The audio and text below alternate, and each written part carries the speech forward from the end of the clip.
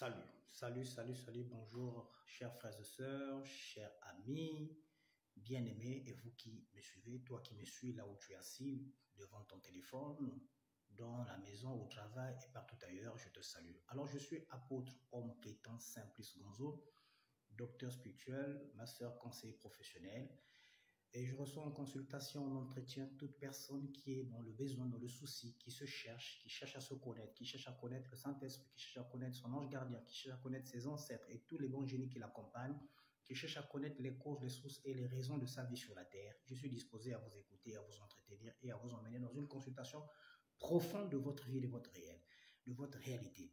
Alors, si vous constatez, lorsque vous priez, lorsque vous chantez, ou lorsque vous méditez de la transe, de la chair de poule, des présences des esprits, vous avez constaté qu'on vous a chassé des esprits dont toutes les églises vous êtes partis et ces esprits ne sont jamais partis. Il se peut que c'est un ancêtre, il se peut que c'est un génie de naissance qui est là, il se peut que c'est aussi un génie votre femme ou génie votre mari qui vous réclame parce que le pacte ou l'alliance ou le mariage que vous avez tissé avant de traverser sur la terre n'avait pas été coupé. Il se peut que ce soit votre jumeau qui n'est pas descendu sur la terre, qui n'est pas né, mais qui est resté coincé dans le plan spirituel et qui veut une réconciliation, une harmonisation entre vous afin de vous libérer vos bénédictions et votre vie. Donc n'hésitez pas à vous lever, n'hésitez pas à chercher, ne vous fatiguez pas de vous réveiller, de chercher votre vie, de chercher à comprendre les causes, les sources et les raisons de votre existence, de ce que vous devez faire pour réussir votre vie, c'est-à-dire accomplir votre mission sur la terre. Donc je réponds au 077 86 48 52, 077 86 48 52, 077 86 48 52. Je suis à Libreville, au Gabon, présentement. Alors, soyez tous bénis. Je voudrais vous raconter des histoires incroyables, mais vraies. Mais cette fois-ci, vous enseigner une certaine réalité que vous ne savez peut-être pas ou que vous savez, vous prenez à la légère. La réalité est la suivante. Nous ne sommes pas tous des êtres humains. Nous ne sommes pas tous des êtres humains. Je répète, nous ne sommes pas tous des êtres humains. C'est-à-dire moi que vous regardez et toutes les personnes que vous voyez sur la Terre, les 7 milliards d'habitants que nous sommes sur la Terre, nous ne sommes pas tous des êtres humains. La difficulté, c'est que les religions nous ont fait croire que nous avons été créés par la poussière ou par l'argile. Nous ne sommes pas créés par la poussière et par l'argile. Ce qui a été créé par la poussière, et non seulement la poussière, c'est pas que la poussière, Dieu n'a pas pris que la poussière. C'est pas impossible et ce n'est pas aussi vrai. Dieu a pris la poussière, Dieu a pris l'eau, Dieu a pris l'air, Dieu a pris le feu. Il a rassemblé les 4 éléments pour nous former. Voilà pourquoi dans notre corps, on a besoin de l'air pour vivre, on a besoin de l'eau pour vivre, et on a besoin de la terre qui est la nature pour vivre. On a aussi besoin de notre esprit pour vivre. Donc les 4 éléments ont été rassemblés pour créer cette structure physique, ce véhicule, ce corps que moi je porte, que toi tu portes, que vous portez. Et lorsque vous vous définissez comme être humain, c'est là où nous faussons toute notre destination, nos sources et nos origines, et nous sommes perdus. Le corps physique que moi je porte, que vous portez, n'est qu'un instrument, un véhicule pour s'exprimer et être visible dans ce monde terrestre. Mais en réalité, toi qui me suis, toi qui m'écoutes, tu n'es pas un être humain.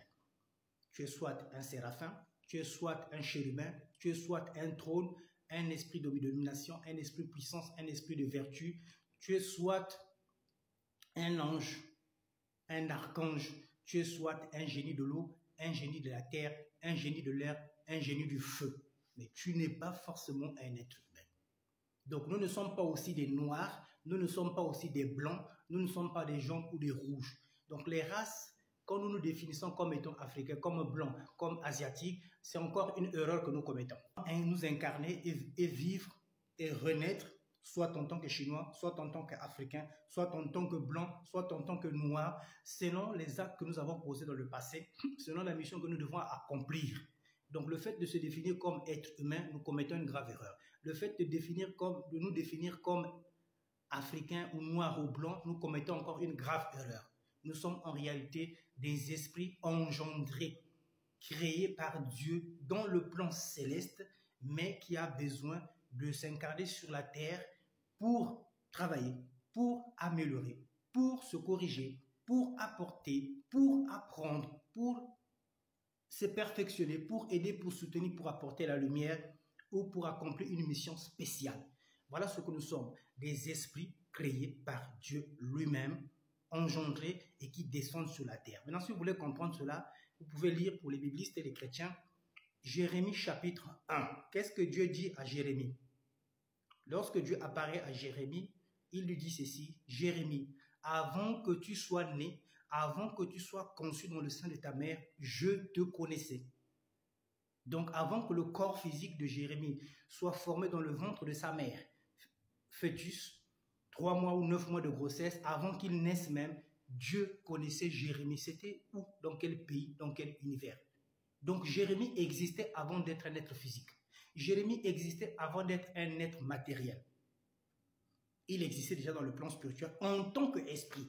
Et Dieu l'avait consacré en tant qu'esprit comme prophète. Donc lorsqu'il vient entrer dans le ventre de sa mère pour devenir bébé, fœtus, bébé et être un être humain et sortir dans ce monde-là, il existait déjà. Donc nous sommes des êtres éternels. Et si vous voulez encore, vous pourrez lire le psaume 82 au verset 6 à 7. Psaume 82, verset 6 à 7, il est dit que nous sommes des dieux. Donc nous ne sommes pas des êtres humains faits de chair et de poussière. Non, ce qui est fait de chair et de poussière, c'est ce corps. C'est ce corps. Mais moi qui suis à l'intérieur de ce corps, je suis un être humain, je suis un esprit invisible, un esprit éternel et universel. Et qui vient, je peux m'incarner dans le monde des eaux, dans le monde de l'air, dans le monde du feu, dans d'autres planètes, dans les plans célestes, et continuer à exister, comme je peux m'incarner sur cette terre selon la loi du karma, selon la décision des 24 veillards qui habitent dans le 3e cercle qu'on appelle Bina en hébreu, qui s'appelle les trônes.